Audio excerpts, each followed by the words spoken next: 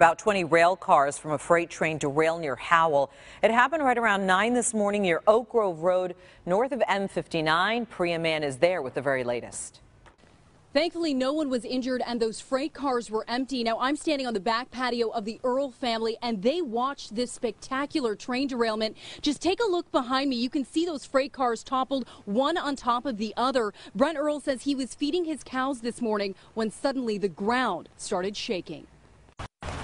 It's undescribable because it's nothing you've ever heard before. It's not thunder, it's not a locomotive, it's just this sound and it shook the earth. It literally shook the earth. Brent Earl saw the train derail behind his home on Oak Grove Road just north of M59. First thought is, how's the engineer up front, making sure they're okay was my first thought. Second thought, what's on the rail? When you get out there, they're just empty grain cars. He watched the freight cars drop off one by one. Look over and I see these cars right here. It was like a waterfall. They just kind of tipped over and then dragged on the ground. His daughter Zoe woke up to the house shaking. It kind of sounded like a car accident, but like louder, and our whole house was kind of shaking, so it was really scary. The train derailment happened around 9 Sunday morning. 80 cars were on the tracks, 23 of them derailed.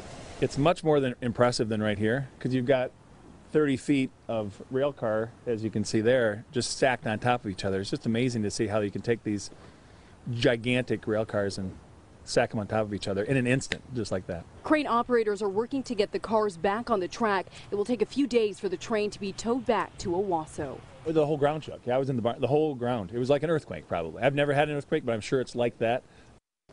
Now, this is a 40-mile-an-hour track, and the Earls say they see about 3 to 4 trains pass through every day. This portion of the railroad will be closed until it's cleared, and investigators will be interested to see what's on the black box to see if they can find out what caused this train derailment.